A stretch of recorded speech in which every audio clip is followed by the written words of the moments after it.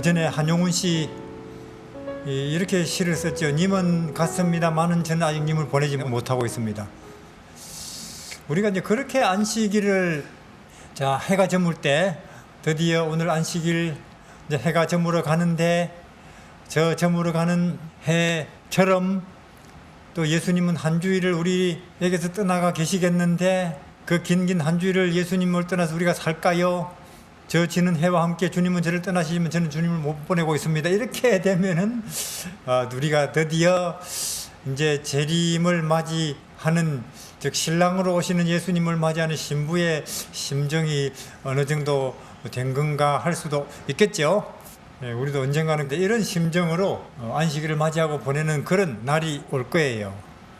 아직도 안식일이고 우리들의 시간이 아닙니다. 오늘의 주인공은 너도 아니고 나도 아니고 예수님이죠. 그분이 계시고 그분이 계신 데는 기쁨이 있죠. 마치 주유소에 가면은 기름이 있듯이 식당에 가면 밥이 있듯이 그분이 계신 데는 생명이 있습니다. 희망이 있고 그래서 우리는 어쨌거나 이 안식일이 그분이 계시는 시간과 공간이 되게 해야 한다. 어떻게 그게 내 마음대로입니까? 그분이 와서 계셔야. 그런데 예수님은 그분이 나와 함께 있어요 하고 믿으면 계시는 분이에요. 그게 신기한 거죠.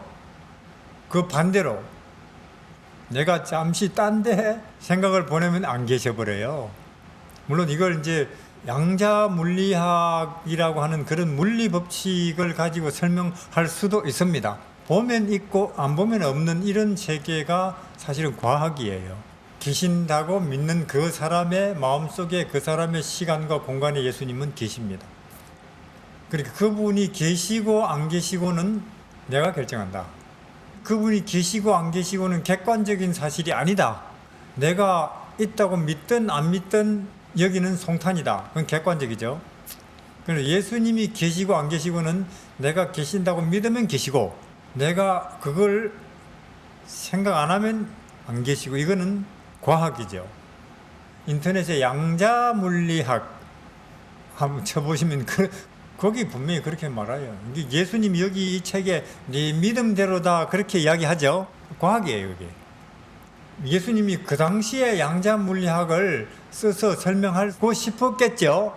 이게 과학이라고. 근데 그 당시 사람은 못 알아들어요. 그냥 믿으라고 하셨죠. 근데 지금은 믿음대로 되는 이 사실을 공식으로 써서 설명할 수 있는 과학적, 수학적 도구가 있다니까요. 어쨌거나 예수님이 우리 이 시간에 계신 것이고 우리는 안식일이 그런 날이라고 배워왔죠. 그분 계신 데는 기쁨이 있습니다. 우리 구약 성경 스가랴 9장 16절에 이날에 그들의 하나님 여호와께서 그들을 자기 백성의 양떼같이 구원하리니 드디어 이제 하나님 백성들이 시편 23편의 다윗처럼 그런 심정이 돼 가지고 진심으로 예수님이 나의 보호자 목자 길 되시니 생명 되시니 아무 부족함이 없습니다. 이런 소리를 교인 누구 붙잡고 물어도 시편 23편을 이야기하는 그날에 그들이 면류관의 보석같이 여호와의 땅에 빛나리로다. 우린 지금 하늘에서 빛나기는커녕 여기 송탄에서도 빛 못 나고 있죠. 송탄에서 누가 나를 길 가다 보면 이렇게 야 눈부시네 알아봅니까? 우리는 시장도 아니고 송탄도 시의원도 아니잖아요. 근데 그날이 되면 우리가 지구에서는 물론이거니와 하늘 무한 영원 천사들 세계에 거기서 빛나는 존재가 된다는 거예요. 상상이 됩니까? 난 지금 우리 동네에서도 빛 못 나고 있는데 우리 동네에서도 내가 며칠 없어도 사람들이 어디 갔는 줄도 신경도 안 쓰죠. 근데 우리가 하늘에 가면 그 영원 세계에 그 생명 세계에서 어느 정도로 빛나는 존재가 되느냐. 면류관 한가운데 여기 박힌 보석 맞습니까? 최고로 중요한 곳에서 최고로 눈부시게 빛나는 존재가 된다 그 말이죠. 난 지금 나이도 많고 가진 것도 없고 그런데 이런 우리가 하늘에 가면 왕이 된다. 어느 정도로 빛나느냐 그 세계에 가서 왕이 쓰는 그 면류관의 중간에 박혀 있는 이 보석같이 빛나는 존재가 된다. 상상이 안 됩니다. 그러나 그렇게 된다고 했어요. 하늘에 가서. 그리고 17절에 그의 형통함과 그의 아름다움이 어찌 그리 큰지 그래놨어요. 우리가 하늘에 가서 드디어 빛나게 될 때, 이런 모습이 아니고 거기서 드디어 우리가 영광스럽게 될 때 그의 형통함과 그의 아름다움이 어찌 그리 큰지, 내가 참말로 하늘에서 얼마나 빛나고 위대하고 눈부시게 되는지 한번 꼭 하늘에 가서 봐야지, 이런 생각이 들어야 되죠. 그렇지 않으면은 우리 이 나이에 말이에요, 지금 이 땅에서 지금보다 더 점점 시들어지고 점점 더 약해지고 점점 더 비틀거리는 쪽으로 가지, 점점 더 빛나게 되지는 않을 거잖아요. 우리가 이 나이에, 그죠? 내리막길이죠. 다들 이 땅에서는 꿈꿀 수 없습니다. 근데 하늘에서 그렇게 된다 하니, 여기서는 우리가 거꾸로 매달려 살아도 이 땅에서는 여기는 꼭 가야 되겠네. 내가, 우리 각 사람이 얼마나 빛나는지 눈부신지 그걸 꼭 가서 봐야 되겠네. 그런 생각이 들 수밖에 없죠. 그날이 우리 생각보다는 빨리 올 것이고. 사도행전 16장 31절에 가로되 주 예수를 믿으라. 그리하면 너와 네 집이 구원을 얻으리라 하고. 참 인생살이 왜 이리 힘드노, 이런 말들이 나오죠.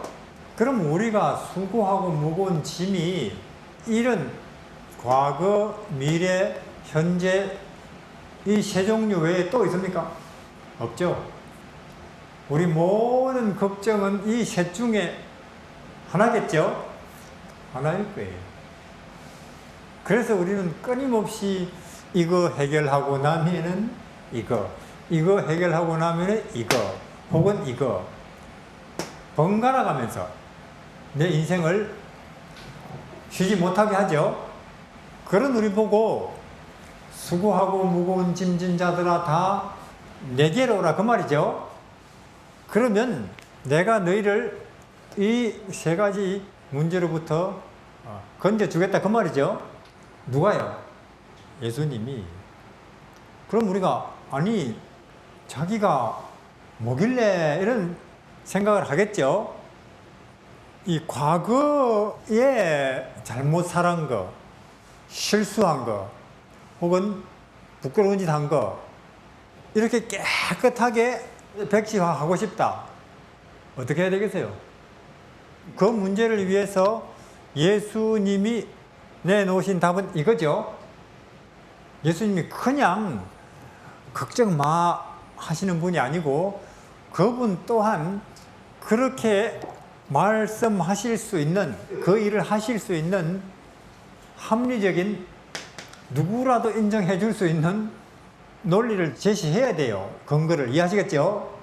과거에 내가 잘못한 것 때문에 오늘을 우울하게 사는 사람들 있습니까? 많아요. 그 사람들 그래요. 당신들이 내 지난 날을 알면은, 내 어릴 때 학대 당한 거 알면은, 내 과거를 알면은 왜 내가 성질이 이런지, 왜 내가 지금 이렇게 우울하게 사는지 당신들을 이해할걸요. 그런다고요. 이 시대에도. 그 대표적인 사람이 사마리아 우물가의 여인이죠. 요즘은 집집마다 수도꼭지 있지만 그 당시는 우물, 동네에 한두 개. 여자들은 우물가에 가기를 좋아하죠. 거기 가야 빨래하고 세수도 씻고 설거지도 하고, 또 뭐냐, 온 세상 돌아가는 소식을 듣죠. 아낙네들이 모여가지고. 근데 그 사마리아 여인은 그 우물가에 옵니까 못 옵니까? 못 가요. 부끄러워서. 남편을 5번이나 바꿨거든요. 그리고 지금은 합법적이 아니에요. 그렇게 참 과거에 덜미가 잡혀서 오늘을 아주 우울하게, 물들어도 마음대로 못 오는 이 여자가 어느 날 우물가에 가서 자기 과거를 이렇게 깨끗하게 해주신 분, 맞습니까? 공자, 맹자, 석가모니라 할지라도 오점이 이 정도는 있겠죠. 남보다 잘난 척, 남을 업신여긴 이런 적이 있어도 오점이 있는 거죠. 근데 삭개오라든지 막달라 마리아라든지 사마리아 우물가 여자는 굉장히 더러웠지만은 하얀 데가 거의 하나도 없을 정도로 더럽지만은 이분이 어떻게 해버렸어요? 깨끗이 씻었다고요. 이해하시겠죠? 그러면 공자 이렇다, 명자 이렇다. 하늘나라 들어가요, 못 들어가요? 자, 우리가 외국에 갈 때 세관 통과할 때 주머니 안에 쇠토막 있으면은 소리 납니까? 삑 소리 나죠? 못 지나가요. 그 통과할 때 꼭 내 가방 안에 수류탄 혹은 칼 혹은 요런 총 쇠덩어리 가질 필요가 없어요. 요만큼만 갖고 있어도 삑 소리 나서 못 가요. 마찬가지로 하늘에 우리가 들어가려 할 때 세관이 있다니까, 하늘 세관. 강도직 같은 것까지 안 가도 요만큼만 제가 있어도 들어가려면 삑 소리 날까요, 안 날까요? 납니다. 이 정도만 돼도 삑 소리 난다니까요. 하늘에 못 들어간다니까요. 그러니까 하늘에 못 들어가는 데는 내가 아주 나쁜 사람, 제 덩어리 필요가 없어요. 그냥 자기 잘난 척 몇 번 해버리면 못 들어가기에 충분해요. 그러면 어떤 사람만 이렇게 통과해도 삑 소리 안 날까요? 예수를 입어야. 예수를 입는다는 말 들어보셨습니까? 입는다. 그리스도로 옷 입고 그런 말씀 들어보셨어요? 로마서에 나오죠. 선악과 먹고 그들이 옷이 없어졌어요. 이해하시겠죠? 옷이 없어서 하늘나라 못 가다가 드디어 예수님이 입혀주시는 옷 입고 하늘에 도로 갈 수 있더라 하는 이야기가 성경 이야기죠. 그분이 만들어 놓으신 완벽한 죄 없는 겉옷을 우리가 예수님을 내 구세주로 믿습니다 하면 걸쳐주신다 그 말이에요. 이해하시겠죠? 그걸 걸치고 이렇게 통과하면 아무리 하나님의 율법이 하나하나 세세토록 자세하게 돋보기를 가지고 흠을 찾아도 삑소리 안 난다고요. 내 안은 여전히 난데 부끄러운 걸친 옷이 뭐라고요? 예수님 옷이다 보니까 삑소리 안 나고 들어가지 내가 속에까지 깨끗해서 들어가는 게 아니라는. 천국은 마치 아버지가 아들을 위하여 혼인잔치 준비한 것 같으니 그런 이야기 읽어보셨습니까? 첫 번째, 잔치를 준비해놨는데도 잔치에 오기로 한 사람들, 올만한 사람들에게 청첩장을 보내니까 옵니까 안 옵니까? 잔치에 가기로 한 사람들이 안 온다. 즉 교인들이 안 온다. 그래서 거기 보면 큰일 났다. 아무라도 데리고 오라 그 말이죠. 먼저 오기로 부름받은 그 사람들이 안 온 거 정말 다행이에요. 그렇죠? 아무라도 데리고 오라고 하는 그 아무라도 그것 때문에 나 같은 인간이 여기 앉아와 있는 거 아니에요? 나 같은 인간이 어떻게 이런데 하늘 가는 꿈을 꾸게 될까? 그건 우리 모두의 생각입니다. 네, 자기를 들여다보면 하늘의 왕노릇은커녕 우리 다 면장도 해먹기 어렵다는 생각이 들잖아요. 그렇죠? 이 땅에서. 그래서 아무라도 데리고 오라. 그래서 막 왔어요. 어중이도 오고 떠중이도 오고 그렇죠? 그러니까 거지들도 오고 그냥 노숙자도 오고 왜냐면 잔치 오라 하니까 그들 안 그래도 뭐 갈 데도 없고 뭐 먹을 것도 없는데 오라 하니까. 근데 그들에게 문제가 있어요. 근데 그런 혼인잔치에 내가 이런 옷을 옷차림을 하고 가도 되겠어요? 그래요. 그때 이제 그 옷은 모든 사람 오는 사람을 위해서 문 앞에 목욕탕 가면은 그 찜질방 옷 쌓여 있듯이 그렇죠? 그 가보니까 진짜로 있죠 옷이. 그래서 아니 내 인생에 이런 옷을 입어보다니 하면서 고마워하면서 그걸 입고는 정말 이 정도면 뭐 어느 자리에 앉아도 부끄럽지 않겠네 하고는 그 하늘 잔치에 딱 앉아 있는데 한 명만 뭐 내 이것도 뭐 그렇게 괜찮지 하면서 그 옷을 이제 안 입고 자기 입은 그대로 앉아 있는 그 사람은 쫓겨나는 이야기죠. 그렇죠? 찜질방에 가가지고 찜질방 옷 안 입고 트레이닝을 입고 다니나 좀 이상하게 보이듯이 그는 애언이신데도 그렇게 되어 있습니다. 우리가 예수 그리스도를 믿는다는 것은 뭘 믿느냐? 두 가지입니다. 내 대신 죽어주신 것과 내 대신 살아주신 것. 그러면 그분이 죽는 것도 내 대신이라고 믿으면 난 이미 죽고, 그렇죠? 그래서 나 죽을 필요 없고, 사신 것도 내 대신이라고 믿으면 그분이 흠없이 사신 그 생애가 내 걸로 내 장부에 올라간대요. 가려 뽑은 기별 1번에 그리스도 우리의 그분이 자세히 설명해 줍니다. 나는 밤을 새워서 다른 사람을 위해서 기도해 본 적도 없는데 떡 내보니까 아무개 밤을 새워서 교인들의 믿음을 위해서 기도했고, 그렇게 떡 나와요. 예수님이 해놓은 게 내 장부에 올라와 있다니까요. 그분의 의의 옷이 내 거다 하는, 실제로 그래요. 그래서 이 사마리아 우물가의 이 여자는 자기 인생을 이렇게 깨끗하게 해주신 분을 만났죠. 그리고는 딴 사람이 돼요. 원래 사람 만나기 싫어하잖아요. 근데 이제는 물들어 왔다가 물동이는 안 챙기고 갔다 그래 돼 있죠. 자기가 여기 뭐하러 왔지도 잊어버렸어요. 저는 살렘동네 요양원에 있는데 암 때문에 고혈압, 당뇨, 우울증 때문에 왔는 그 사람들에게 이런 이야기를 해주기도 해요. 그래도 근성으로 듣고 있어요. 우리는 참 예수 진리를 설명하는 능력이 없구나. 제대로 설명한다면 이 사람들도 아이고 살렘동산에 오니까 이거는 뭐 암이나 고혈압이나 당뇨 이런 게 문제가 아니네 그 말이죠. 지금 영생이 왔다 갔다 하는데 내가 암 낳는 게 이게 문제가 아니지. 이러면서 거기 왔다가 달려가는 사람 못 봤다니까요. 그때 뭐 제가 성경 이렇게 보니까 너점비 뭐 이런 거 있다고 하는데 제발 좀 그거라도 좀 보태 주셔서 이런 이야기 내가 하면은 사람들이 눈이 휘둥그러져서 귀가 번쩍 열려서 듣도록 여기 안전벨을 이렇게 가면서 이 이야기를 하면 저거가 신경 안 쓸 수 없겠죠. 저는 그날을 기다리고 있습니다. 그날을.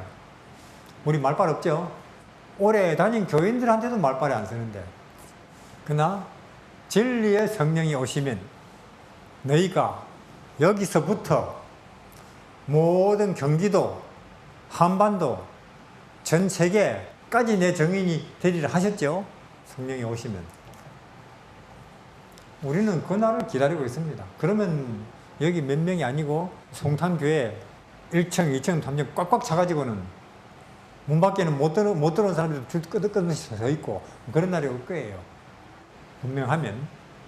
그래서 사마리아 여인이 자기 과거를 이렇게 깨끗하게 해주신 분을 만나고는 이제 집집마다 문 두드리고 다니죠. 예수님이 수고하고 무거운 짐진 자들아 내게로 오라. 과거 문제냐? 그러면 이게 답이다 그 말이죠. 지난날의 문제는 이게 답이다. 해결하신 거예요. 신이 죽었다니까요. 내 죄 문제를 해결하기 위해서 누가 죽었다고요? 신이 죽었어요.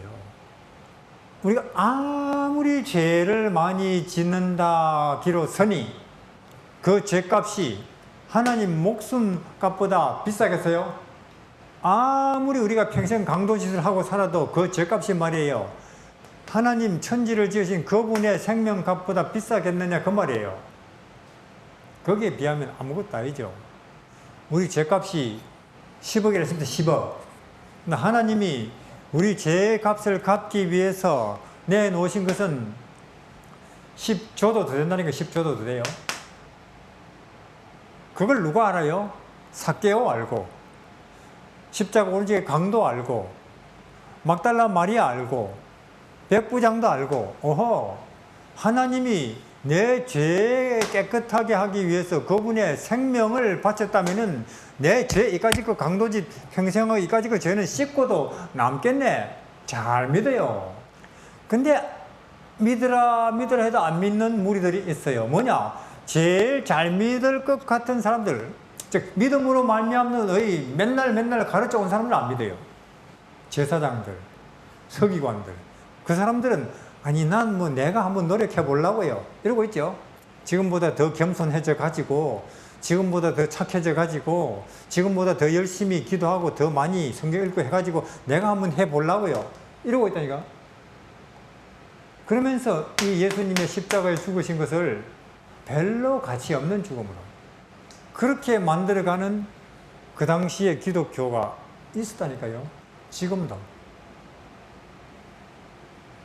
그러나 삭개오나 강도나 막달라 마리아나 아예 그들은 자기 스스로 자기 죄 문제, 죄 값을 갚아볼 생각 자체를 포기했죠.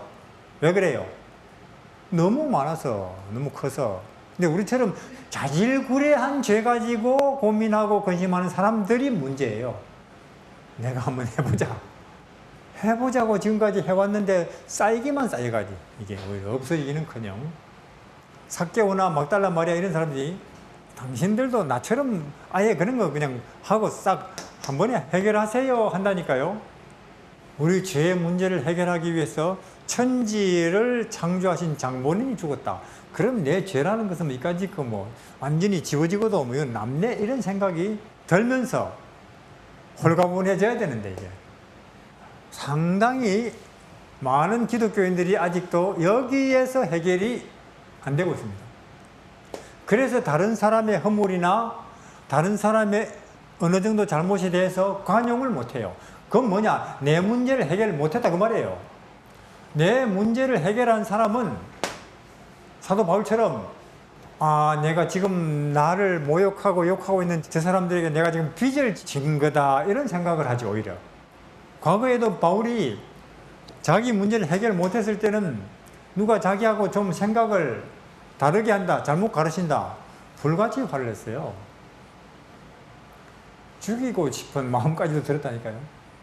근데 이 바울이 어느 날 바울도 드디어 고생 끝에 낙이 온다고 알았죠.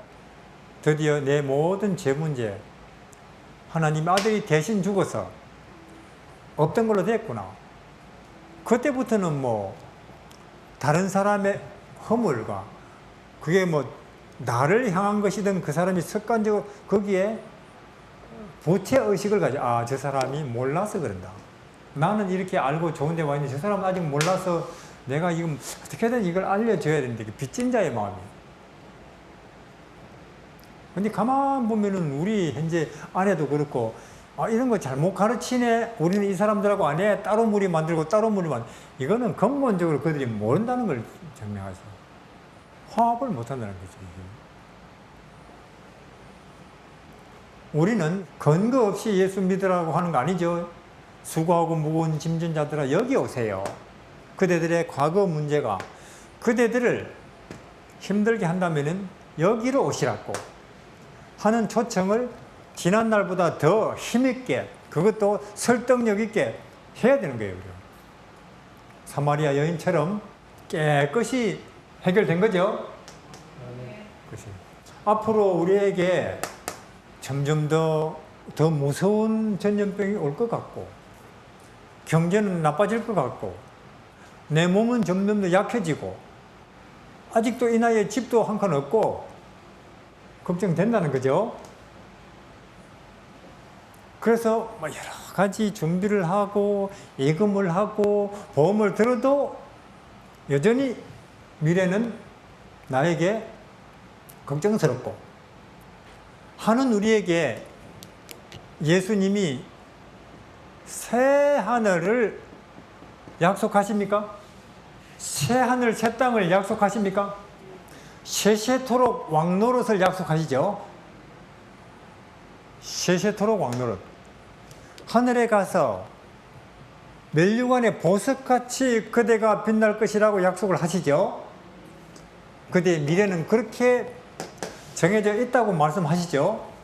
그러니까 우리는 뭐 미래 걱정 안 해야 되는 거예요. 이거는 이렇게 빛나는 재림과 함께 예수님의 재림과 이 날이 올 텐데 요셉이 이걸 믿는 거예요.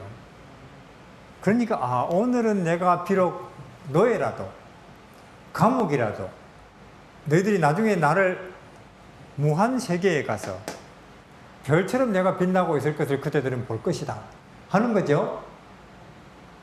다니엘도 그렇고 요셉도 그렇고 바울도 그렇고 생각한데 현재의 고난은 장차 우리가 가서 살게 될 하늘의 감격, 영광을 생각하면은 오늘 매 맞는 거, 무시당하는 거, 굶는 거, 직장에서 잘리는 거 별거 아니다 그 말이죠. 그만큼 미래에 대한 하나님의 보장을 믿을 때 그 강력하게 오늘 내 삶에 그게 어떤 작용을 하죠. 노예도 기쁘고 사망의 음침한 골짜기에도 부족함이 없고, 우리 인간은 아무리 보험 들고 노후 위해서 잘 준비해도 결국은 늙을 것이고 병들 것이고 죽을 것이고 누구 할 거 없이, 그러나 우리가 예수님을 믿는다면은, 그분의 재림을 믿는다면은 새하늘 새 땅입니다. 그래서 우리 교회는 이름까지도 예수 재림교회, 새하늘 새 땅으로 곧 갈 준비하는 교회라고 그렇죠? 근데 이름까지 붙여놓고도 별로 이것을 생각하기보다는 현실에 사로잡혀 있는 것 같아요. 그래서 재림교회 가도 별로 안 밝아요, 얼굴들이. 이 땅에 있는 것들 말고 예수님 안에 있는 것들을 다시 한 번 더 확인해야 됩니다. 예수님께 있는 것들 가지고 다시 재정비를 해야 돼요. 내 개인을, 교회 자체를. 근데 자꾸 우리 자금이 얼마나 있나, 합회, 연합회, 지회에. 그러니 걱정이 많죠. 교단도 그렇고, 교회도 그렇고, 교인도 그렇고.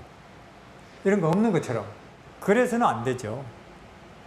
그래서 예수님이 수고하고 무거운 짐진 자들아 내게로 오라. 과거 문제 같으면은 여기서 미래 문제 같으면은 내가 이걸 준비하고 있다 그 말이죠. 근데 과거는 이렇게 됐다 치고 내일은 여기 가 있다 손 친다 할지라도 오늘 우리는 지금 이렇게 코로나가 있고 남편이 허구한 날 술이나 퍼마시고 부인이 바가지나 긁고 아이들은 말 안 듣고 내 오늘이 이 부분에 대해서 그분이 답을 갖고 있느냐 그 말이죠. 이거는 어떻게 해결하실까 이분이. 자, 우리 여기에 고린도 후서 8장 9절에 우리 주 예수 그리스도의 은혜를 너희가 알거니와 부요하신 자로서 너희를 위하여 가난하게 되심은 그의 가난함을 인하여 너희로 부요케 하려 하심이라. 자, 이 사과가 큽니까 작습니까? 모르겠죠. 그러면 이렇게 되면은 이 A라는 사과가 큽니까 작습니까? 크지도 작아지지도 않고 그대로 있는데 이게 이렇게 옆에 등장하니까 큰 게 돼버렸죠. 이것이 예수님께서 우리를 이런 문제들로부터 건지시는 방법이라는 거예요. 그분은 부요하신 자 맞습니까? 부요하기로 치면은 삼성, 애플 혹은 마이크로소프트 다 보태도 아무것도 아니에요. 그분에게 비하면. 왜냐하면 그분은 지구에, 은하계에, 우주 전체에 있는 게 그분 거니까. 그런 부요하신 자로서 가난하게 되시면, 그래 돼 있죠 여기에. 어느 정도로 가난하게 됐습니까? 쇠빵살이도 아니죠. 전세도 아니죠. 머리 둘 곳도 없을 정도로, 마구간에 누워있을 정도로, 옷은 한 벌밖에 없을 정도로. 왜 그렇게 되셨느냐? 여기에 너희를 부자 만들라고. 이게 나고 이게 예수님이라 그 말이에요. 이렇게 만드시려고 하신 거라는 거죠. 비단 경제적인 것뿐만 아니고 무시당한다, 멸시당한다 이런 데서 오는 것도 사람을 꽤나 우울하게 만들죠. 그런 우리에게 나는 왜 이렇게 대접을 못 받지? 사람들한테 한 10점만이라도 대접을 받고 싶은데 나는 마이너스다. 마이너스 10이나 된다. 멸시, 무시. 그리고 이제 여러분들 이것은요, 예수님 하나님이 무시당한 이거는요 마이너스 10 정도가 아니고 마이너스 억도 더 돼요. 우리는 죄인이니까 죄의 싹은 뭐예요? 죄의 최종 도착점은 사망이고, 죄라고 하는 목적지로 내비게이션을 딱 치잖아요. 그러면 거기 가는 쭉 코스가 나오느냐, 뭐가 나오느냐? 멸시, 무시, 모욕, 이런 게 그 코스라니까요. 그리고는 그런 거 당하다가 결국 목적지에 가면 죽는 거. 우리는 다 그거 당해서 마땅해요. 무시, 멸시, 심지어 여기까지도. 죄인이니까. 그러나 그런 일을 절대로 당해서는 안 되시는 분이 당하는 거라고요. 하나님이. 마이너스 만도 더 된다니까요. 그러니까 내 마이너스 10 가지고 이거 우울해했다, 억울했다, 이런 거 뭐 너무나 바보 같은 짓이네. 마이너스 10만도 더 되는 전문 앞에서 그 말이죠. 그런 생각이 든다는 거죠. 지금 이제 제가 이야기하고 있는 이게 밤낮 쉬자는 것, 쇠천사의 기별이라는 것, 지성소 기별이라는 것, 뭐냐? 예수 써먹자, 그 말이죠. 예수가 진리예요. 예수님이 구원이에요. 예수님이 메시아예요. 이런 거는 다시 더 공부 안 해도 결론이 났고, 쇠천사, 뭐 믿음으로 말미암는 너희 성소, 이런 거 공부를 통해서 예수가 답이라는 과거 문제의 답, 미래 문제의 답, 지금 문제의 답이라는 결론이 났으므로 이제는 다시 또 그런 공부하느라고 시간 낭비하지 말고, 모르겠어요. 안 잊어버리기 위해서는 효과가 있어요. 교과 공부도 거의 뱅뱅뱅뱅 도는 것 같아요. 제가 보니까 10년, 20년 교과 공부도 그걸 뱅뱅뱅뱅 돌고 있는 것 같아요. 우리 집에 세탁기 있거든요. 근데 저는 아직도 쓸 줄을 모릅니다. 우리 집 사람이 한 달을 인도에 가 있었는데 쓸 줄을 모르니까 한 달 내내 제가 괜히 팔 아프게 손으로 빨래 했다니까요. 옆에 놔두고. 팔만 아프죠, 뭐. 고생은 이렇게 사서 하는 것이구나. 모르니까. 머리가 나쁘니까. 물론 저는 세탁기라는 물건이 세탁하는, 빨래하는 기계라는 거 압니다, 그거. 그러나 그걸 사용법을 모르니까 놔두고 고생하고 있다니까요, 한 달 내내. 우리 다 알아요. 교회에 몇 달만 다녀도 예수님이 구원이에요, 메시아예요, 진리예요, 생명이에요, 길이에요. 알아요. 한 1년만 다녀도. 대답 나오죠. 그렇죠? 예수님이 그리스도입니다. 바로 답 나와요. 문제는 뭐냐? 우리 신자들이 예수 사용법을 모른다. 제가 세탁기 사용법을 몰라가지고 괜히 고생했듯이. 이런 문제들에 관해서 예수님은 우리를 죄에서 구원하시는 분이다. 우리를 수고해서 쉬게 하시는 분이다. 몇 달만 다니면 알아요. 그러나 이 문제를 놓고 또 미래 문제를 놓고 현재 문제를 놓고 예수 사용법을 다수의 신자들이 모르고 있다 그 말이에요. 그러다 보니까 예수 옆에 놓고도 예수를 못 써먹는다 그 말이에요. 못 써먹으니까 수고하고 묵은진 인생일 수밖에 없다는 거예요.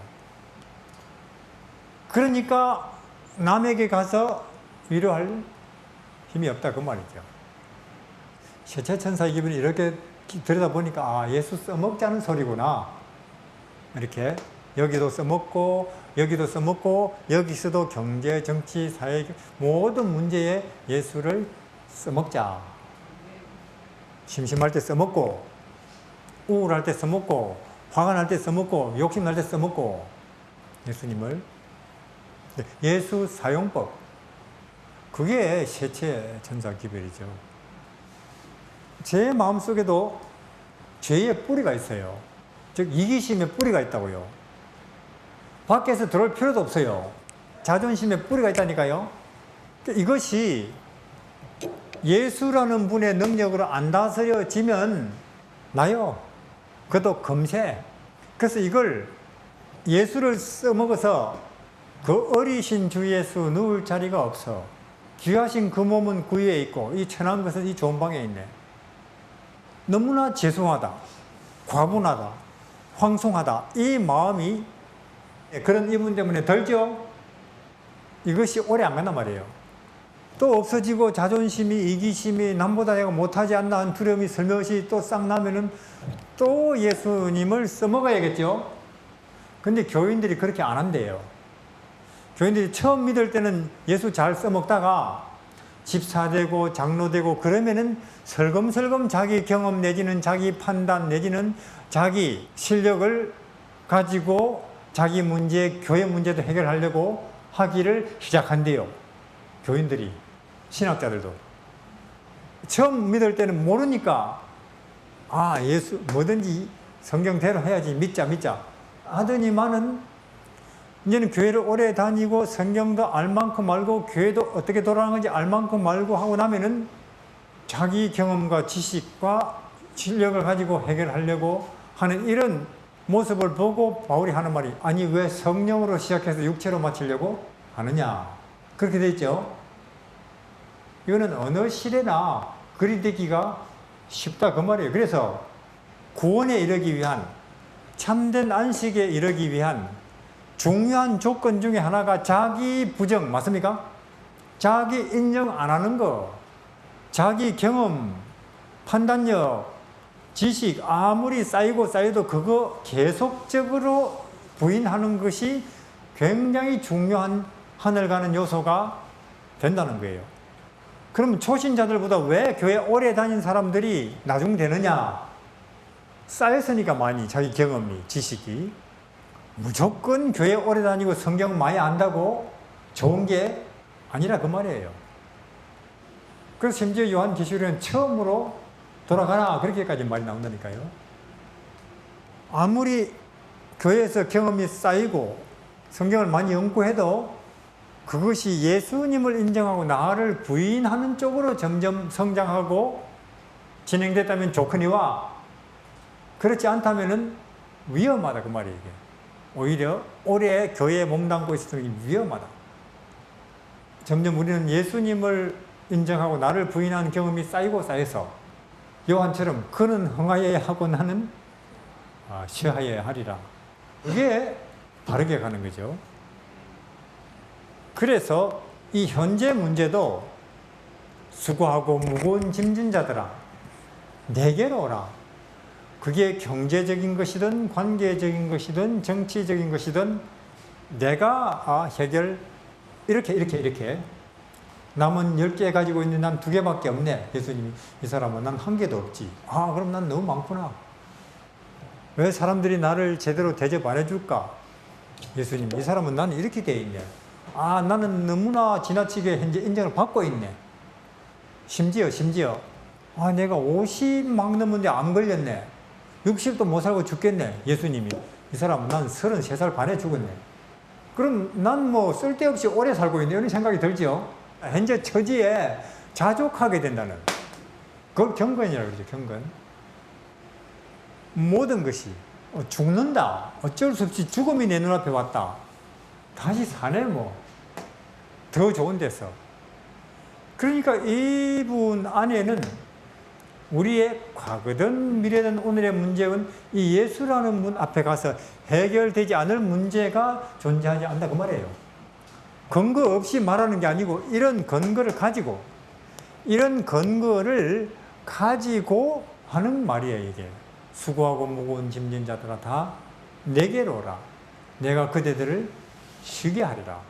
이런 예수를 모신 삶이 모신 예배가 알리는 안식일이 씨 있는 과일이고 양식이고 분명히 교회 가서 경건하게 예배는 드렸는데 왠지 허전하다. 그리고 왠지 피곤이 오히려 쌓였다. 선악과를 먹고 온 거죠. 그냥 안식일이었고 예배였고 장막회였고 신학일 수도 있죠. 선교일 수도 있고.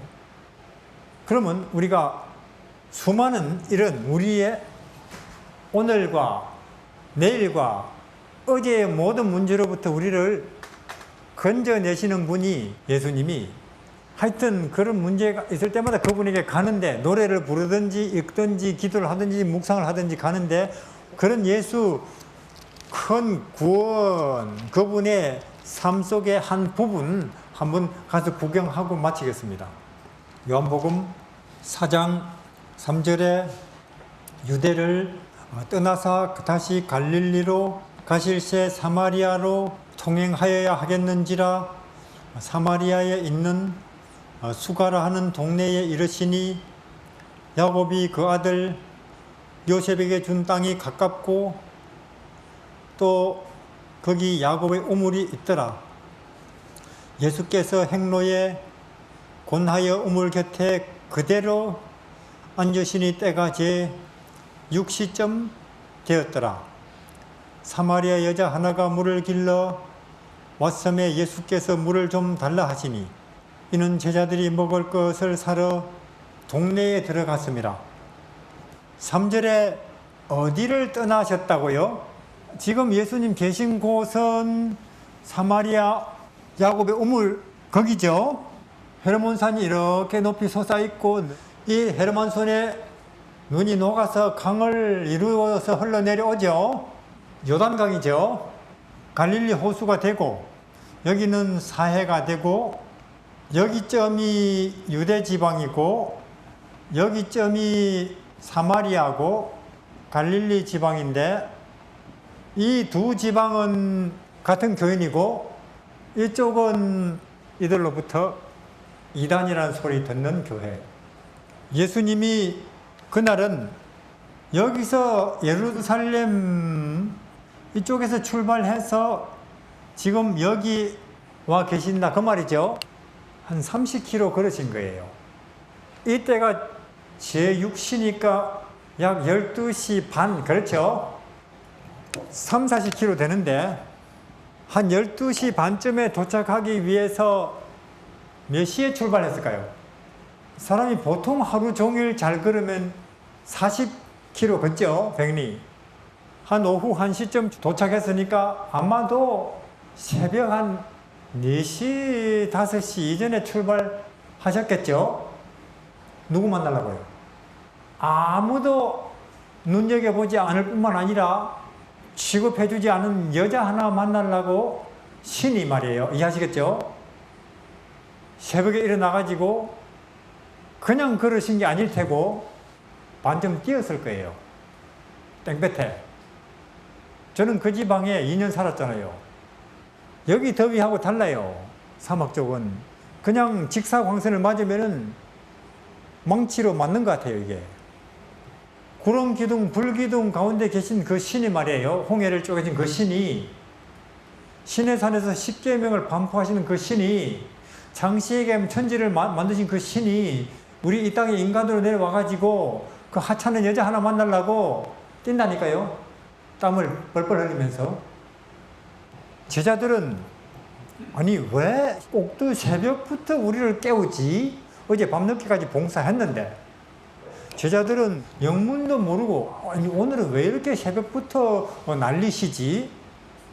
무슨 아주 중요한 분을 만나는 약속에 있으신가? 그리고 그들은 일어났을 거예요. 우리 인간들 정서로는 이해하기가 어려운 거예요, 이게. 이것이 신의 정서예요. 우리 누가 그래요? 우리는 군수점 되면 해도 왜 만나러 가? 저거 나 만나러 와야지. 그러고 있죠? 그리고 우리가 찾아가도 아, 오늘 시간이 없다 그래. 이런 세상에 살잖아요. 군수만 돼도. 근데 이분이 군수 정도입니까? 미국 대통령 1000명 데리고 와도 이분 발바닥도 안 돼요. 그런 분이 사람들이 취급도 안 해주는 그 여자 하나 만나려고 뛴다니까요. 아침부터. 그런 하나님을 아느냐 그 말이에요.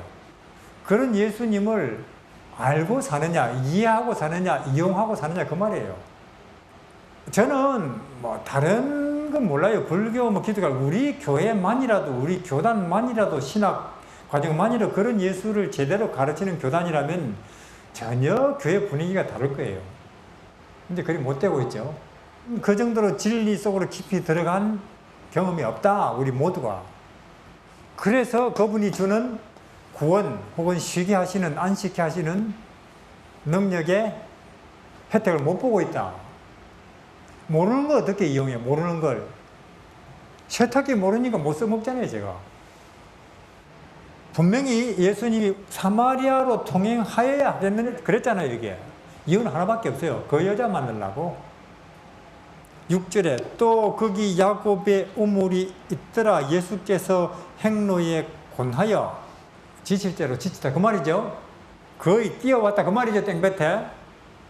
행로에 권하여 왜 예수님은 초능력을 가졌으면서도 안 써먹을까요? 이럴 때 축지법을 쓸 수 있잖아요. 그러면 본인 좀 다리 편하게 제자들 좀 수월하게 왜 그런 거 안 써먹느냐 말씀이에요.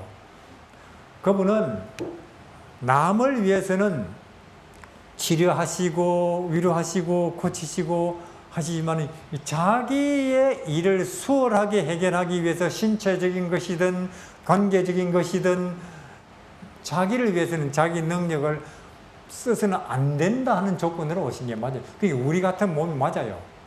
지금 피곤해 죽으시나죠. 그대로 앉으시다 그래. 그건 뭐냐? 털썩 주저앉다 그 말이에요. 우물 옆에 와서. 왜냐면 그 시간에 대와야 12시 그때 와야 돼요. 다른 때는 그 여자는 안 옵니다. 중동지방은 땡볕에 낮 12시부터 오후 4시까지 사람 없어요. 이 여자는 그래도 물은 마셔야 되니까 이렇게 내다보고 사람 있으면 안 옵니다. 거기. 그래서 그 시간에 맞춰서 오셨죠. 그 시간 맞추려고 뛰신 거예요. 그리고 제자들 빵 좀 사오라고 그 말이죠. 빵요? 그래 베드로가 그래? 그러면 요한하고 안드레 둘이 가면 되겠네 그 말이죠. 근데 예수님이 다 가라. 아니면 빵 몇 개 살라고 우리가 다 갑니까? 예수님이 이유는 묻지 말고 다 가라. 왜 그래요? 그 여자 안 그래도 사람 있을 때는 안 오잖아요. 근데 막 남자들이 험상궂은 남자들이 그 우물 옆에 쭉 있으면 오겠어요 안 오겠어요? 안 오죠. 그래서 다 보내놓고는 혼자서 그 여자를 기다리시는 거예요. 우리 하나님이. 그리고는 한 명 앉혀놓고 최선을 다해서 설교를 하시는 거예요. 한 명 앉혀놓고 아무도 취급해주지 않는 그 한 명 앉혀놓고 그분의 모든 지식과 그분의 모든 재치를 다 사용해서 그 한 명의 마음을 열기 위해서 설교를 하시는 분이에요. 그런 분을 만났다고 말이에요. 그런 하나님을 만나고도 딴 사람 안 되는 건 이상한 일이죠. 우리 왜 안 되냐? 우리 아직 못 만났죠. 근데 우리 읽고 있죠. 설교 한 해 듣고 있죠.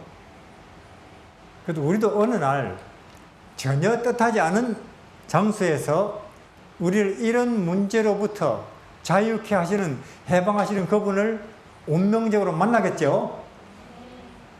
그리고는 우리는 딴 세상에 들어가는 사람이 될 거예요. 우리도. 누가 그렇게 해요? 예수님이. 도 닦아서 아니죠. 노래가 아니고 그분이. 마치 사마리아 여인이 당신이 어떻게 변했어? 노력 많이 했어요. 그런 말 안 하겠죠? 몰라요. 그분 만나고는 그렇게 돼버렸어요. 그러겠죠? 우리는 하늘의 면류관의 보석같이 빛날 것입니다. 미래는. 우리의 과거는 이렇게 깨끗하게 검도 없이 점도 없이 그런 말, 내가 그렇게 살아있는데 그런 말 가끔 누가 하는 사람인데 그 말은 틀린 말이에요. 검도 없고 점도 없이 될 수 있는 유일한 길은 이분에게 은혜를 입어서 씻었다 그 말이에요. 완전히. 그리고 오늘 우리 어떤 문제든지 그분은 누울 자리 없어 귀하신 그 몸이 고요에 있고 난 이 천한 것이 이렇게 좋은 데서 잘 사네. 감지 덕지지 뭐 황송하기 짝이 없지. 그런 마음으로 우리를 인생 살게 만들죠. 그렇게 살다 보면 늦은 비가 올 것이고 하늘에 갈 것입니다.